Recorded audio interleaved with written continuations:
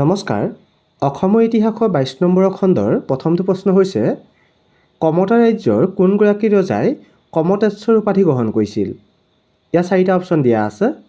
এ দিয়া আছে সন্ধ্যা, বি দিয়া আছে মৃগাংক, চি দিয়া আছে আৰিমত্ত আৰু ডি দিয়া আছে উল্লেখিত এটাও নহয়।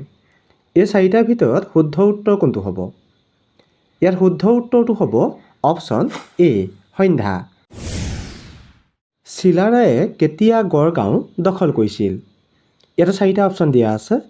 এ দিয়া আছে 1555 চনত, বি দিয়া আছে 1563 চনত, চি দিয়া আছে 1571 আৰু ডি দিয়া আছে 1583 চনত। এই 4টাৰ ভিতৰত শুদ্ধ উত্তৰ কোনটো হ'ব? ইয়াৰ শুদ্ধ উত্তৰটো হ'ব অপশ্যন বি 1563 চনত। শুক্লধ্বজ কি নামেৰে জনপ্ৰিয় আছিল? ইয়াতে 4টা অপশ্যন দিয়া আছে। এ দিয়া আছে প্ৰতাপ সিংহ, বি দিয়া আছে উদয়াদিত্য, চি দিয়া আছে চিলাৰায় আৰু ডি দিয়া আছে জয়ধ্বজ। এই 4টাৰ ভিতৰত শুদ্ধ উত্তৰ কোনটো হ'ব?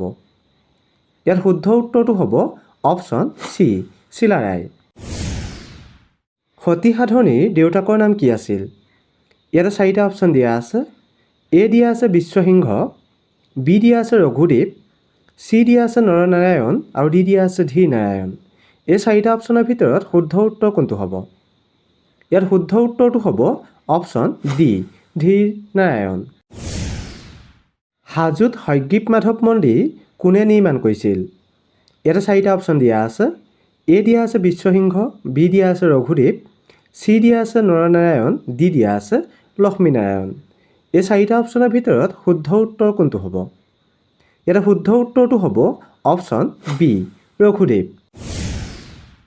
শংকৰদেৱৰ আইতাকৰ নাম কি আছিল? ইয়াতে 4টা অপশ্যন দিয়া আছে। এ দিয়া আছে খেৰসূতী, বি দিয়া আছে সত্যসন্ধ্যা, চি দিয়া আছে সাধনী আৰু ডি দিয়া আছে ভানুমতী। এই 4টা অপশ্যনৰ ভিতৰত শুদ্ধ উত্তৰ কোনটো হ'ব? ইয়াতে শুদ্ধ উত্তৰটো হ'ব অপশ্যন এ খেৰসূতী। দৰং ৰাজবংশাৱলী কোনে ৰচনা কৰিছিল?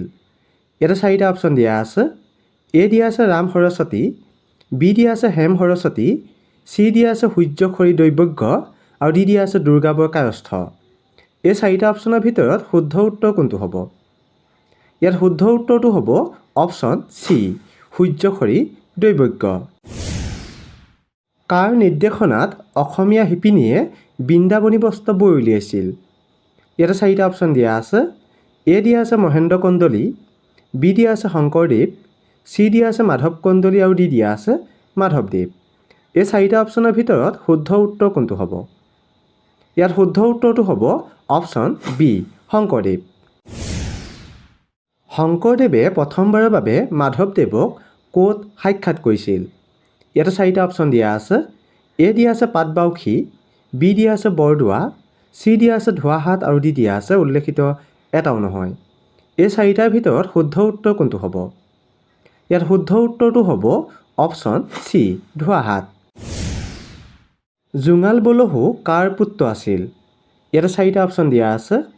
এ দিয়া আছে আৰিমত্তৰ, বি দিয়া আছে নৰকাসুৰৰ, চি দিয়া আছে নৰনাৰায়ণৰ আৰু ডি দিয়া আছে বানাসুৰৰ। এই 4টা অপশ্যনৰ ভিতৰত শুদ্ধ উত্তৰ কোনটো হ'ব? ইয়াতে শুদ্ধ উত্তৰটো হ'ব অপশ্যন এ আৰিমত্তৰ। এইটো খণ্ডত আপোনালোকলৈ আগবঢ়োৱা প্ৰশ্নটো হৈছে মহাপুৰুষ শ্ৰীমন্ত শংকৰদেৱৰ কিমান চনত মৃত্যু হৈছিল? ইয়াতে 4টা অপশ্যন দিয়া আছে। এ দিয়া আছে 1449 চনত, বি দিয়া আছে 1532 চনত, চি দিয়া আছে 1568 চনত আৰু ডি দিয়া আছে 1572 চনত। এই 4টাৰ ভিতৰত শুদ্ধ উত্তৰ কোনটো হ'ব আপোনালোকে কমেণ্ট কৰি জনাব। আৰু যিসকলে ভিডিঅ'টো চাই ভাল লাগিলে আগলৈ শ্বেয়াৰ কৰি দিব। ধন্যবাদ।